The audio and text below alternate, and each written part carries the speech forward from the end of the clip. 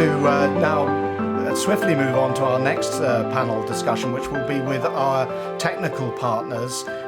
I'll be introducing them as we go through. But first of all, I'm going to turn to Michael Dickman.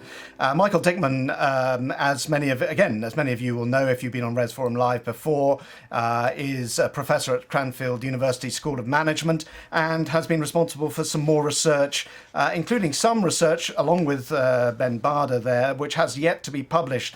Perhaps you can give us a bit of an insight into what that's likely to be, Michael, as we move into the section now looking at technical partners from here on. Thank you, John, and hello, everyone. So the research is on responsible and sustainable global mobility. And so what it does is actually combines it with an element of what are we doing now in COVID-19 times, but also it has a bridge from the past where sustainability and responsibility topics were important to the future. The research report will develop an EVP to take Bill Baker's point of what the new employee value proposition can look like. But it starts off with basically arguing that now is the time to make GM more counting, more strategic, as David said earlier on.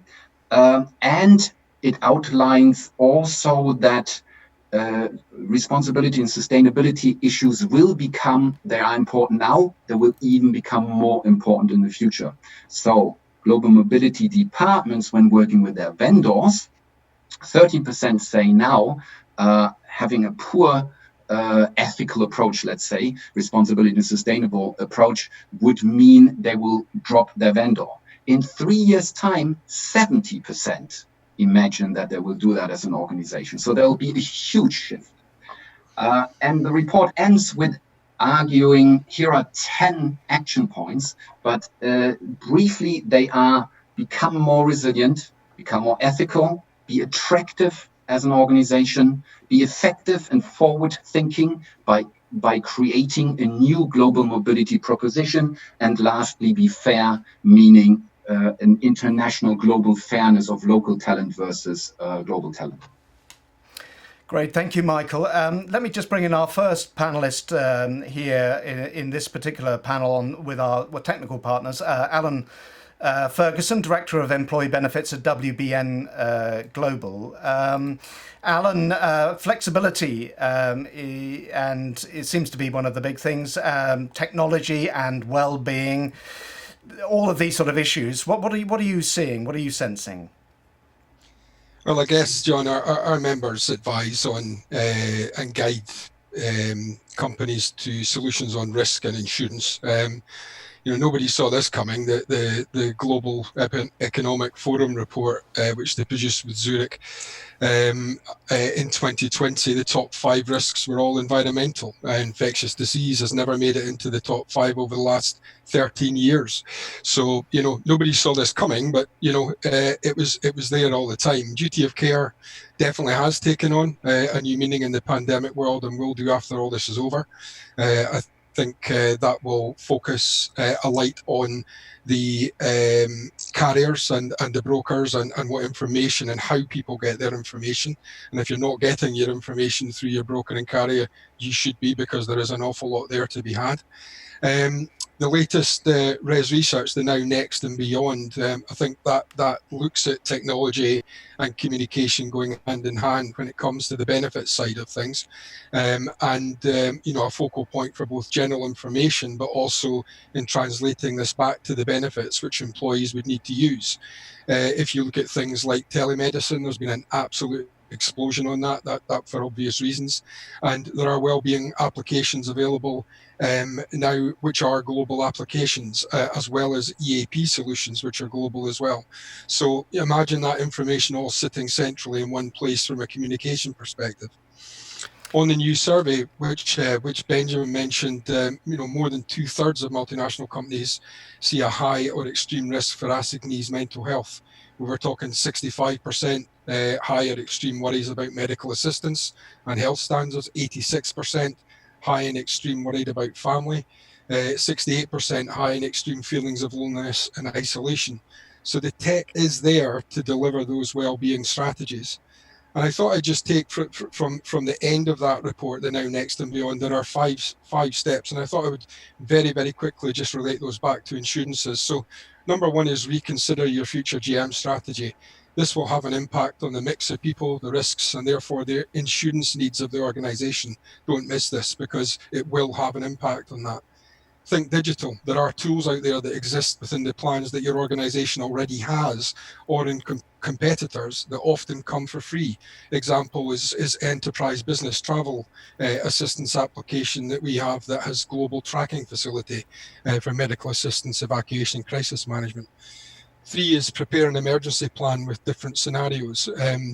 Working through these, relating back to the insurances and plans is essential to make sure that delivery is there on the back of the plan. Define business critical as the 4th in times of normality, not calamity. Brings me back to a John F. Kennedy quote that we use in insurance and all the time, which is, the time to repair the roof is when the sun is shining. Never a truer word is spoken. And rethink communication is number 5. Employee benefits have never just been about benefits.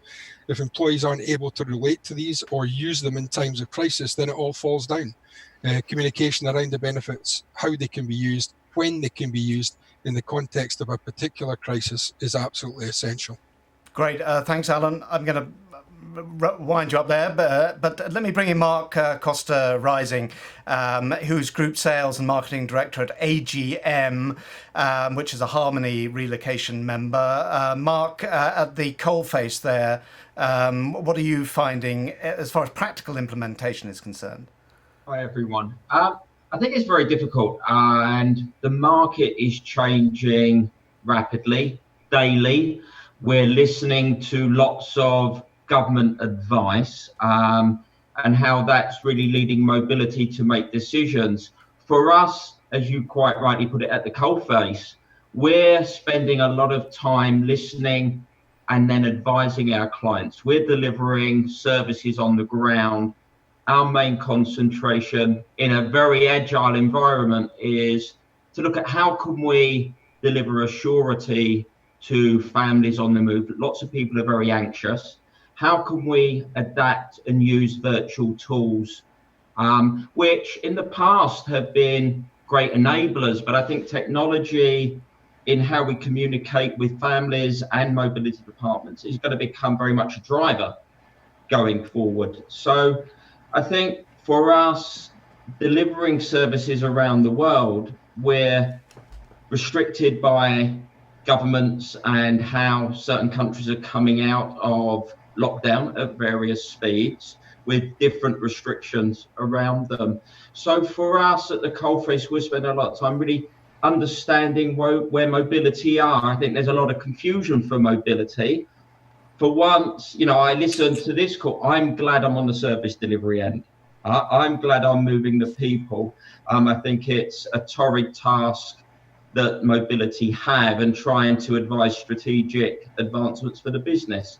But our role is really to listen and understand and really advise and guide, and then ultimately deliver safely, because we talk about duty of care. We're moving families, we're moving elderly employees, we're moving families with young children that may have sickness in the household, and we have to do that safely across the world. So we're spending a lot of time listening and understanding. We do risk assessments before every move we do to make sure before we enter either a home search or a removal situation, we're fully aware of what we're walking into, and also that the client and the family are fully prepared, so there's no surprises. Okay, Mark, thank you very much. And let me bring in our final panelist on this panel, Paul Bailey. Paul Bailey is Manager Europe for Culture Wizard. This is an area I'm somewhat familiar with, cultural orientation. I'm assuming, of course, if no one's moving around, you don't need to give anybody cultural orientation at all, because they can all just sit at home and learn it with no problem at all. How's it going for you? If only, John. It's a really interesting time. I think that our role in terms of international signee management has been very much a sort of process-oriented role. It's been very much about inserting our services in a very specific way into the assignment process. And that's been about briefing the assignee and the family. I think now this becomes more of a holistic approach that we have to adopt. So in our business, we sort of interface with D&I, we interface with learning and development generally in a lot of different areas, such as leadership, inclusion, and in particular virtual teams. So what we've seen in the short term is, if you like, a bleed from the sort of traditional areas of intercultural briefing that we would normally provide to assignees through to things like virtual. So the idea there is that we give people the proper tools to manage a sort of a virtual interaction with their colleagues from whatever location they may be working from. So it has a sort of an added sort of element of complexity, as some of your other contributors have mentioned, when you're talking about a virtual interaction across cultures. So that in particular has been a big deal. I think looking at from a wider context, I think that's going to be part of the sort of risk reward, if you like, of expat assignments going forward. So, a lot of people have talked about risk. I don't think we're going to immediate risk through delivering more cash to people through richer assignments and sort of going back to the future in that sense. I think what this has to be is more of a sort of an approach which is, as I mentioned earlier, a little bit more holistic and deals with the assignment from a whole career perspective. So, it simply takes probably what we're on a track of doing already and makes that much more sort of urgent in the sense of taking the assignment process and linking it into a whole career approach. And that encompasses talent, obviously.